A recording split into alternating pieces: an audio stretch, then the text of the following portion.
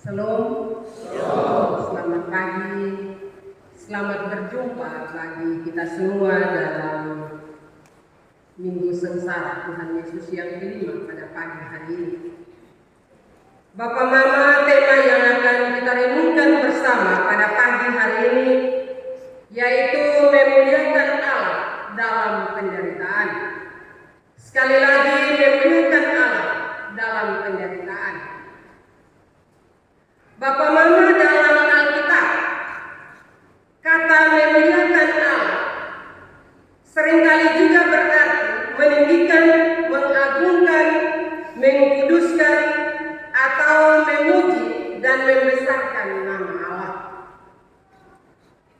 Ini berarti memuliakan Allah bukan sekedar rajin bersekutu, menyanyi, dan memuji kebesaran nama Allah, tetapi berkaitan dengan keseluruhan hidup kita, yaitu tentang bagaimana mengatur hidup kita agar orang lain melihat kebesaran Tuhan melalui hidup kita, dan oleh karenanya nama Tuhan dipuji dan dimuliakan.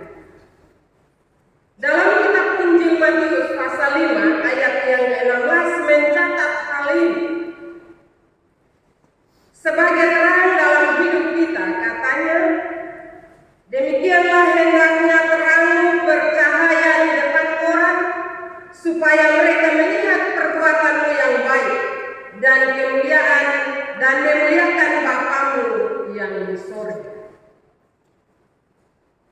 Bapak Mama, biarlah kebaikan hati kita dilihat orang, kebenaran sikap dan perilaku kita diakui oleh orang, dan ketulusan cinta kasih kita membuat orang lain memuji dan mengagungkan Allah.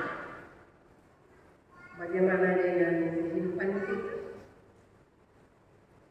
Sekali lagi Bapak Mama, ini bukan sekedar kita rajin bergereja, selalu menolong orang, membatasi diri dari perbuatan jahat dan kata-kata kotor, tapi tentang iman Kristen yang utuh, yaitu tentang penyembahan yang benar, tentang ketaatan yang tulus dalam melayani Tuhan, tentang karakter hidup yang benar di hadapan Tuhan, dan tentang pelayanan yang sungguh-sungguh tanpa pamrih kepada sesama kita.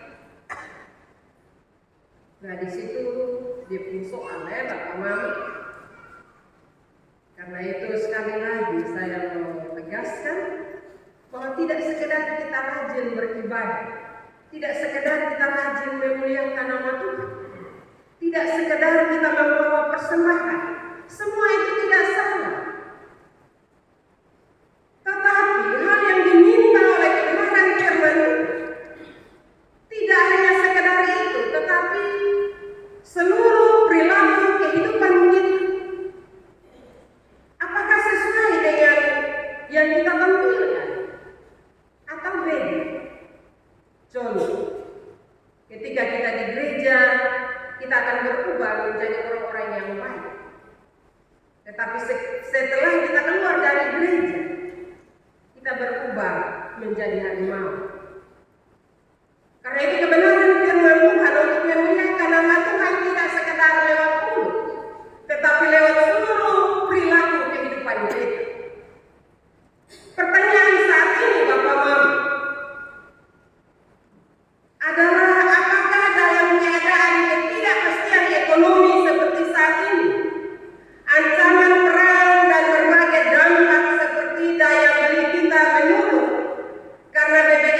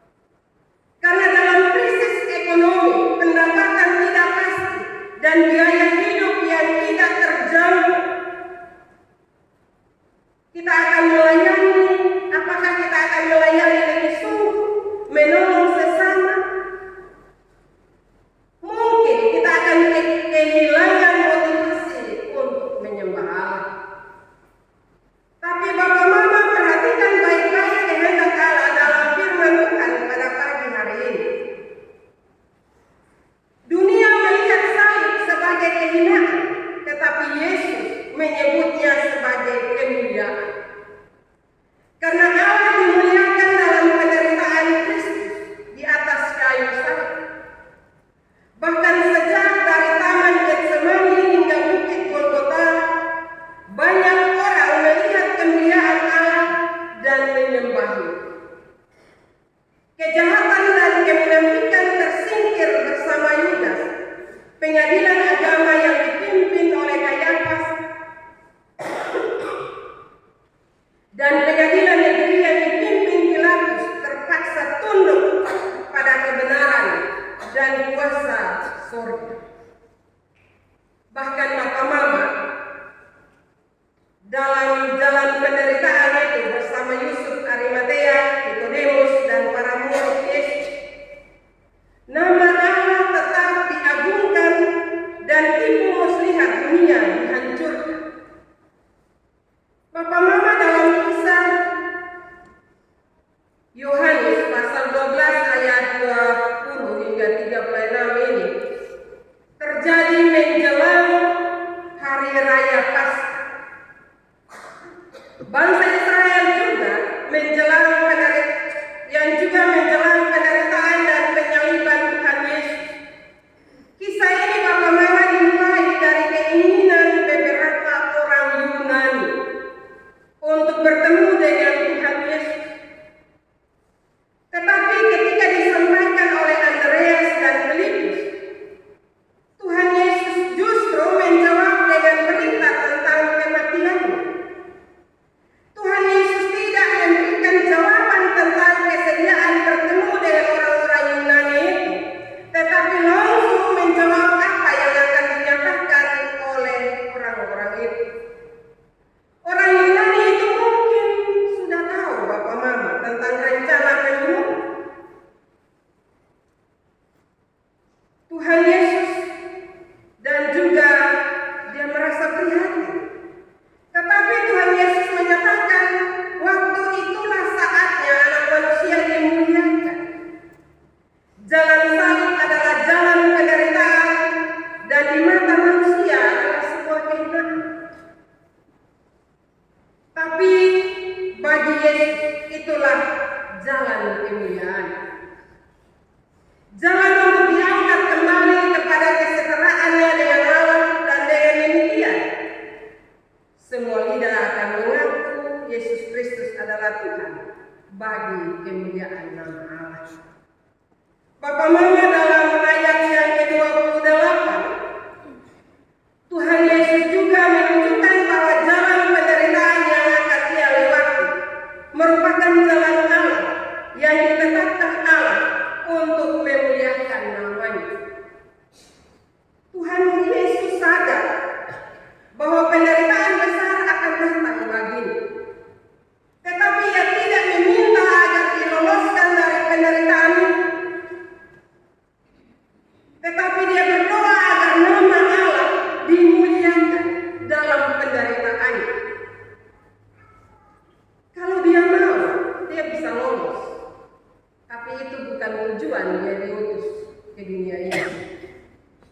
Tuhan Yesus tahu bahwa penderitaan yang akan dihadapinya adalah bagian dari rencana Allah, sehingga akan terjadi menurut kehendak Allah. Bapak Mama, saudara-saudari yang saya kasihi dalam Tuhan kita Yesus Kristus, menghadapi ancaman krisis ekonomi global akibat perang di berbagai negara, menjalani situasi ekonomi saat ini yang sangat sulit, bahkan menghadapi isu pemutusan hubungan kerja dan kehilangan sumber pendapatan. Apa makna firman Tuhan ini bagi kita pada pagi hari ini? Berbicara tentang Yesus memberitakan kematiannya. Apa yang kita dapat? Apa yang kita pelajari?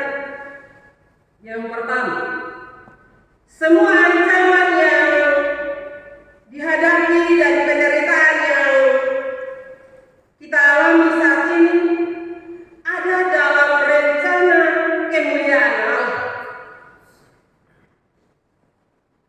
Allah tidak pernah akan meninggalkan kita menjalaninya sendiri, karena ia tetap pada janjinya, yaitu dia selalu menyertai kita. Pertanyaan bagi kita, apakah kita percaya hal itu? Dalam kesulitan, dalam penderitaan, apakah kita percaya bahwa Allah menyertai kita? Allah ada bersama dengan kita? Kadang ketika ada dalam persoalan-persoalan itu, kita merasa bahwa Allah jauh. Kita merasa bahwa Allah tidak peduli dengan kehidupan kita. Tapi belajar dari kebenaran firman ini, Allah tetap setia dengan janjinya bagi kita. Bahwa dia menyertai kita. Dia bukan tidak tahu apa yang kita alami. Dia tahu. Tetapi justru apa yang kita alami, kemuliaan Allah akan nyata. Nama Tuhan tidak dipermuliakan. Hal yang kedua, jadikan setiap penderitaan dan tantangan yang kita hadapi sebagai alat untuk menghasilkan buah-buah rohani. Sebab jika biji gandum tidak jatuh ke tanah dan mati, maka ia tetap satu biji saja.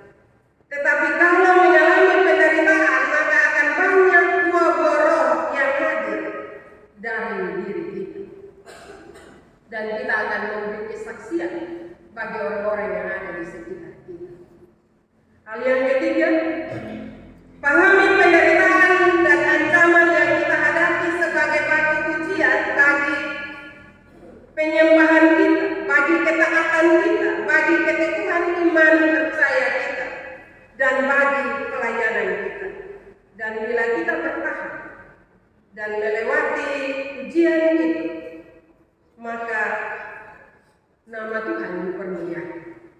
Kenyamanan, ketenangan hidup, kesejahteraan, bahkan kehormatan itu akan menjadi bahagian kita. Karena itu dalam menghayati minggu sengsara yang kelima ini, mari kita melihat kembali kehidupan pribadi kita masing-masing. Apakah semua yang saya alami, semua yang saya lakukan ini memuliakan nama Allah atau belum? Kalau belum, mari kita kembali kepada kebenaran firman Tuhan. Firman Tuhan memberkati kita pada pagi hari ini.